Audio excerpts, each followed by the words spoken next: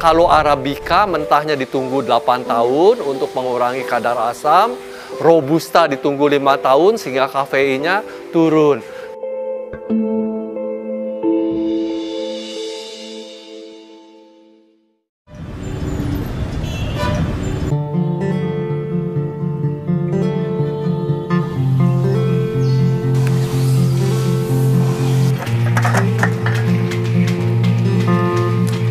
Nama saya Widya Pratama. Saya merupakan generasi kedua perusahaan kopi aroma di Jalan Bancai 51, Bandung.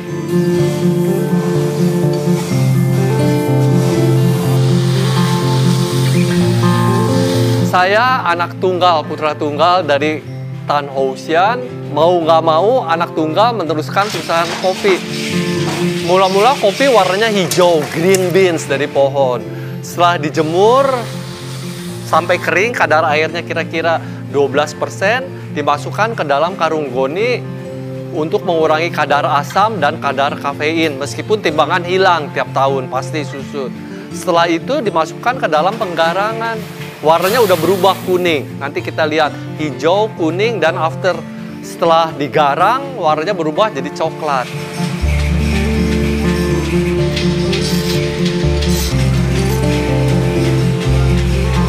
Mula-mula baru petik warnanya hijau. Setelah tahun ke-8 berubah jadi kuning.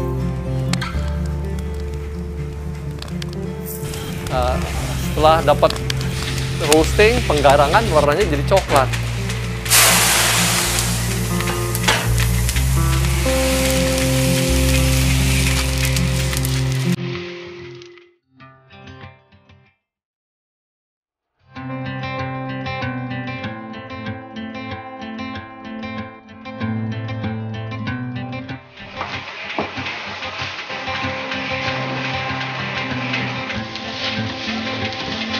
Kopi yang di aroma Bancai 51 Bandung ada 2 macam, Arabica dan Robusta. Hanya datangnya berbeda-beda.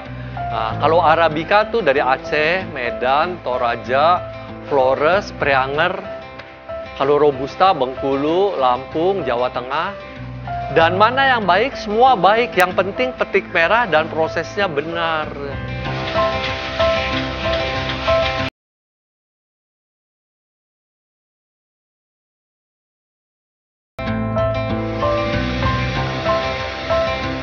Yang membedakan ialah kalau Arabica mentahnya ditunggu 8 tahun untuk mengurangi kadar asam, Robusta ditunggu 5 tahun sehingga kafeinnya turun. Terus penjemuran masih dengan matahari bahan baku. Penyangraian roasting masih 2 jam dengan menggunakan limbah kayu bakar.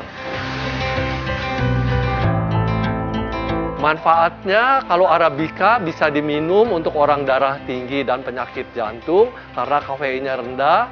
Dan kalau Robusta untuk orang diabetes, darah rendah, dan untuk menutupi luka. Kopi itu belajar orang sabar, step-stepnya harus betul ya.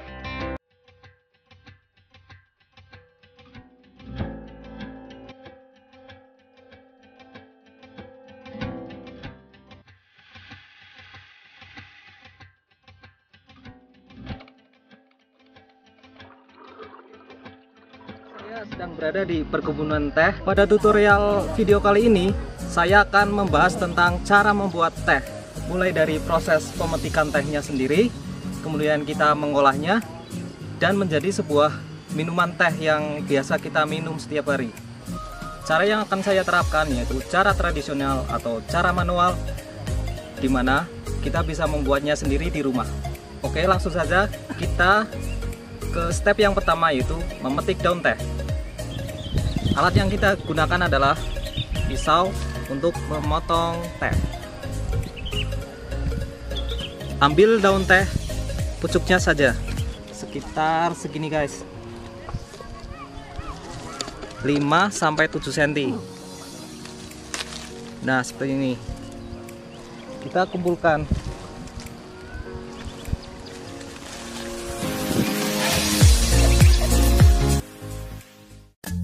Step kedua yaitu proses pelayuan guys. Jadi daun teh yang telah kita petik kemudian kita jemur guys.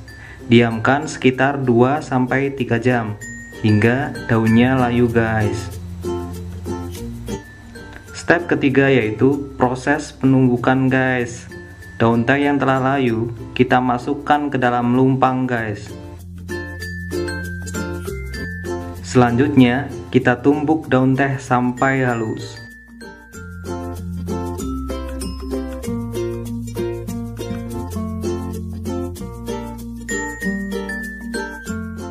Setelah dirasa sudah halus, kita angkat ke dalam tampah guys.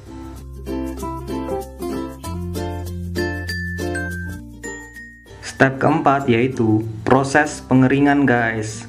Kita siapkan tungku api dan gerabah guys. Kemudian kita panaskan gerabahnya. Setelah gerabahnya panas, kita masukkan daun teh yang telah kita tumbuk tadi guys.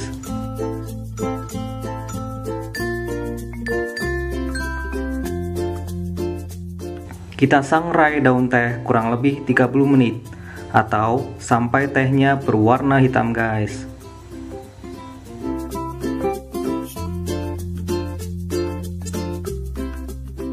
Setelah dirasa sudah menghitam dan matang, kita angkat guys. Dan jadilah serbuk teh seperti ini guys.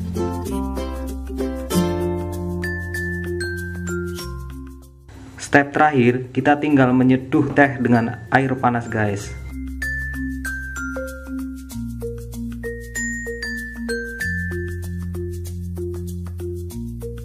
Kita bisa mencampurkan gula biar manis atau bisa juga ditambahkan es batu guys. Demikian tutorial cara membuat teh. Selamat mencoba.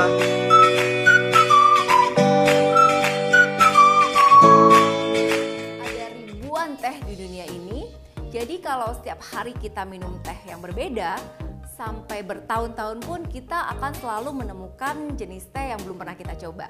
Nah, dari ribuan teh yang ada di dunia, bisa dikategorikan ke dalam 6 kategori besar, yaitu yang pertama teh putih, lalu ada teh hijau, kemudian teh oolong, ada teh hitam yang di China sering juga disebut sebagai teh merah. Lalu ada 2 lagi jenis teh yang saat ini hanya diproduksi di China, yaitu pu'er dan yellow tea. Yang pertama adalah teh putih. Teh putih ini adalah teh yang diproduksi dari pucuk daun teh saja yang dikenal memiliki kadar antioksidan paling tinggi dibanding bagian dari tanaman teh yang lainnya. Proses produksi teh putih ini sangat alami sekali. Jadi pucuk daun dipilih, dipetik, lalu dikeringkan di bawah sinar matahari. Akibatnya, semua yang terkandung di dalam daun teh itu masih tetap terjaga, sehingga teh putih memiliki kadar antioksidan yang sangat tinggi. Ketika kita meminumnya secara rutin, kita bisa merasakan khasiatnya. Saya rutin meminum teh putih dan merasakan bahwa tidak gampang sakit karena meningkatkan imun tubuh kita. Lalu teh hijau, ini adalah teh yang sangat populer sekali.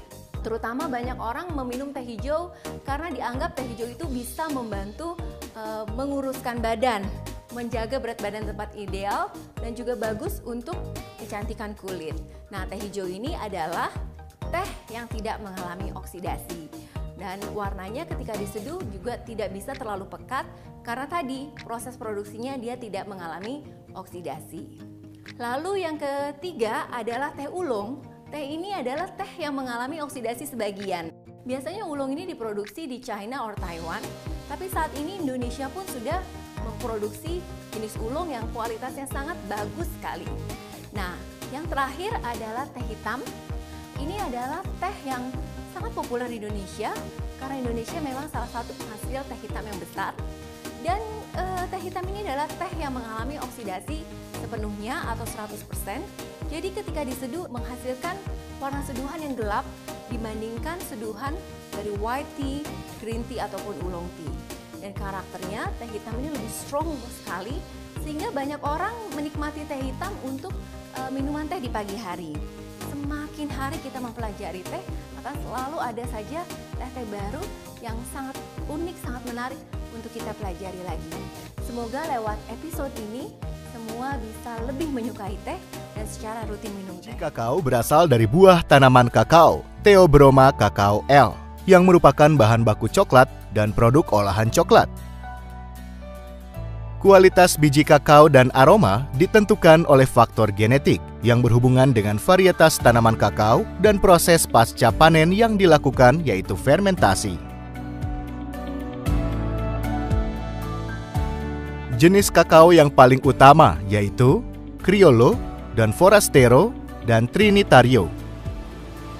Proses pengolahan pasca panen biji kakao terdiri dari beberapa tahapan, yaitu buah kakao matang ditandai dengan perubahan warna kulit buah kakao yang berwarna hijau menjadi kuning.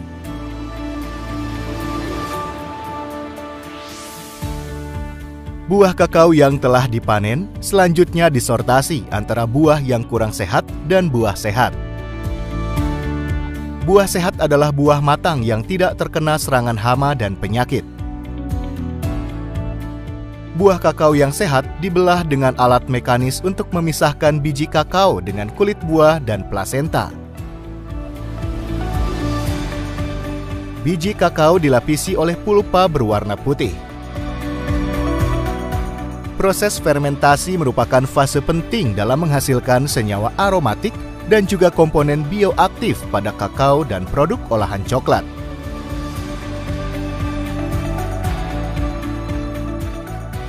Fermentasi kakao biasanya terjadi secara spontan akibat adanya konsorsium mikroba dari kelompok yeast, bakteri asam laktat, dan bakteri asam asetat yang memproduksi produk akhir metabolik, terutama alkohol dan asam organik. Fermentasi biasanya dilakukan dalam kotak fermentasi dan kemudian ditutup dengan menggunakan daun pisang. Fermentasi biasanya berlangsung selama 4-5 hari.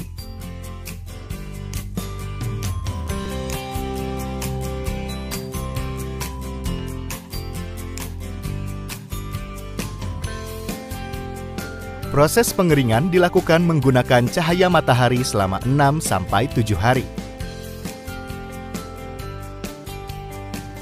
Kadar air kakao yang semula 55% turun menjadi 7% selama 6-7 hari.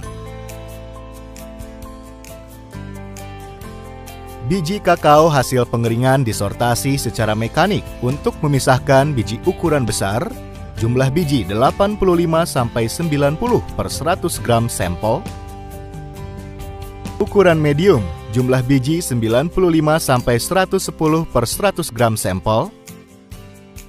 Dan ukuran kecil, jumlah biji lebih dari 110 per 100 gram sampel. Biji kakao yang sudah disortasi berdasarkan ukuran biji, kemudian dikemas menggunakan karung goni dan disimpan dalam gudang yang bersih dan memiliki ventilasi yang cukup. Biji kakao selanjutnya diangkut ke tempat pengolahan coklat untuk diproduksi menjadi berbagai jenis produk olahan coklat. Biji kakao diolah lanjut sebagai bahan makanan, sedangkan kulit buah merupakan limbah yang dapat digunakan sebagai bahan baku kompos, pakan ternak, dan biogas.